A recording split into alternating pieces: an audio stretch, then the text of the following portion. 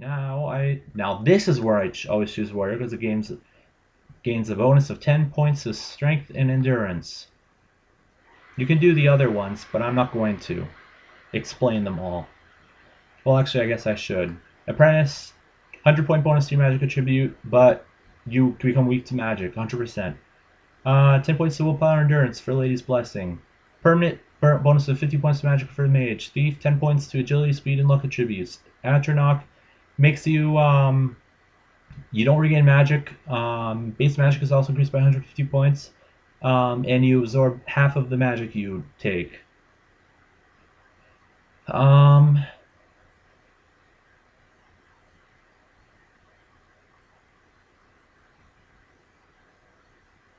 This gives you lesser power to generate 90 health, and you gain the Trollkin Curse, which is a permanent 25% weakness to fire. You Lover's Kiss once per day, which is a greater power, and you paralyze your opponent for 10 seconds and costs you 120 fatigue. Ritual. You can use Mars Kiss power once a day for a powerful restore health spell. Slow but potent poison while curing yourself, dispelling magic on yourself. This is a spell, and it costs 100 points of fatigue. Don't recommend it. Moon Shadow power once a day. You become invisible for 60 seconds. Shadow. No, we already did that. Steed, 20 point to speed. And Tower gives you power which allows you to unlock any door container with average lock or lower. And it reflects 5 points of damage for 120, and then he also gives you the second power. Anyway, so I choose Warrior. Yes.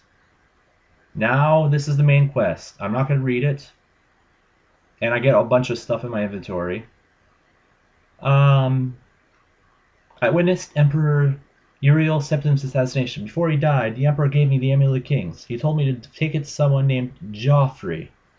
And that Joffrey would know how to find his last surviving son. He warned that the assassins were in the service of the Lord of Destruction. No, not that one. Not Baal, but a different one. Anyways, this is another one. I'm not going to explain that. And it basically tells you to take it to Amulet Kings to that. Now this, I'm not going to explain. It's a something thing. That I'm not going to explain. This is one of the downloadable contents. It adds a huge, absolutely huge dungeon, 7-floor dungeon, which is absolutely massive in this game, to get a dagger. I'll explain more when we get to it. This, they want you to repair the orrery. We have to recover them from thief camps. Come on, there should be more. This is for a mod that for Oblivion trading cards, which can be found throughout the game. This is another downloadable content which adds a house to the east of Anvil, west, of Anvil. Deepscorn Hollow is another house that is way south of the southernmost town. Forget its name. Dunbarrow Cove is another house, which is south of another city that's to the far southwest. Frostcrake Spire, which is my favorite house, is way up north in the mountains of the Gerald Range. We're not going to talk about that now. And that should be everything. Okay, so now we're going to talk about the controls. A, W, S, D to move. Left, right, left, up, left, right, down. E to jump. E jumps. You press the caps lock to always have run on, so you always run, which is I always have this on. You move the mouse cursor in conjunction with pressing one of the buttons I told you about earlier to move, to change the direction of your motion. Press space to activate doors, like so. Press F to wield your fists if you have no weapon, or like so. Or if you have weapons, to wield them.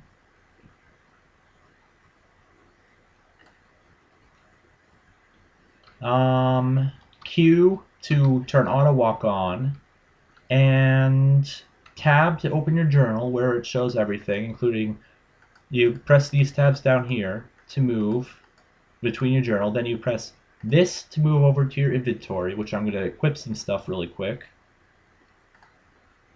And I'm telling you right now, I'm going to look really bad, okay? Because they don't give you any other good armor. You also have encumbrance. I'm going to explain this in another video, and this in another video. These just restore 20 points of health on yourself when you use one. I believe you just right click to drink it. This is where all your books are kept. You can left click on them to read them. Not going to go into that right now. And 50 lockpicks. Okay, lockpicks I'll explain later as well. Okay, so our first order of business is, you see how naked. Oh yeah, and I'm using a mod that adds very realistic realism to stuff, so you can see, yes, that is my penis, and I'm going to cover it up for you young viewers. So the first thing we need to do, since we're level 1, I'm going to explain how leveling works now. How leveling works. I'm going to go into tab. I'm going to go back to here. I'm going to go here. These are all of our major skills. Every time you get these up, like say you get blade up 5 levels and blunt up 5 levels. You have to get the combination of all of these up by a total of 10. So you could get one in this, one in this, 2 in this, 2 in this, 1 in 1 and 1, and you get a level up. That's how leveling works in this game. There's a lot to explain, and I just don't have the time to explain it all. I'll just explain my major skills. Blade makes you so that you can use the sword, wield the sword more capably. Blunt, same thing, but with an axe. Heavy armor, make it so you can wear heavy armor, which I'm currently wearing.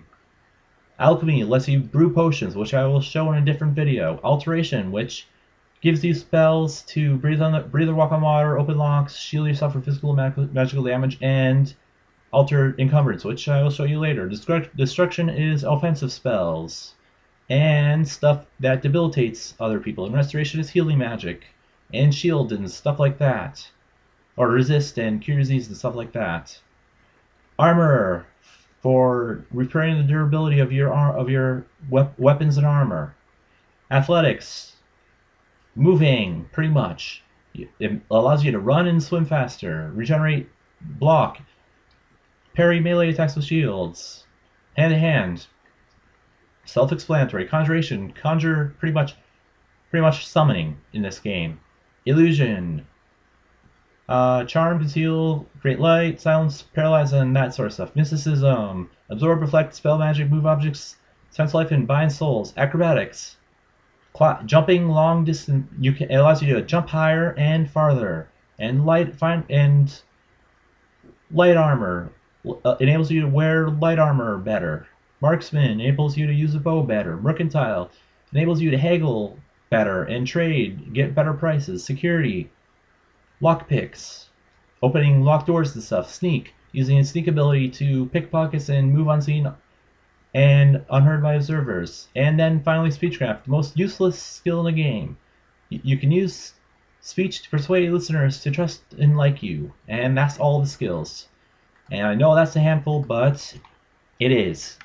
And here's our stats, and that's going to have to be it. Here's more stats like other stuff, and that's going to have to be it for this episode. So, this has been Razorflamekun, and sorry for the lack of progress, but these first two videos...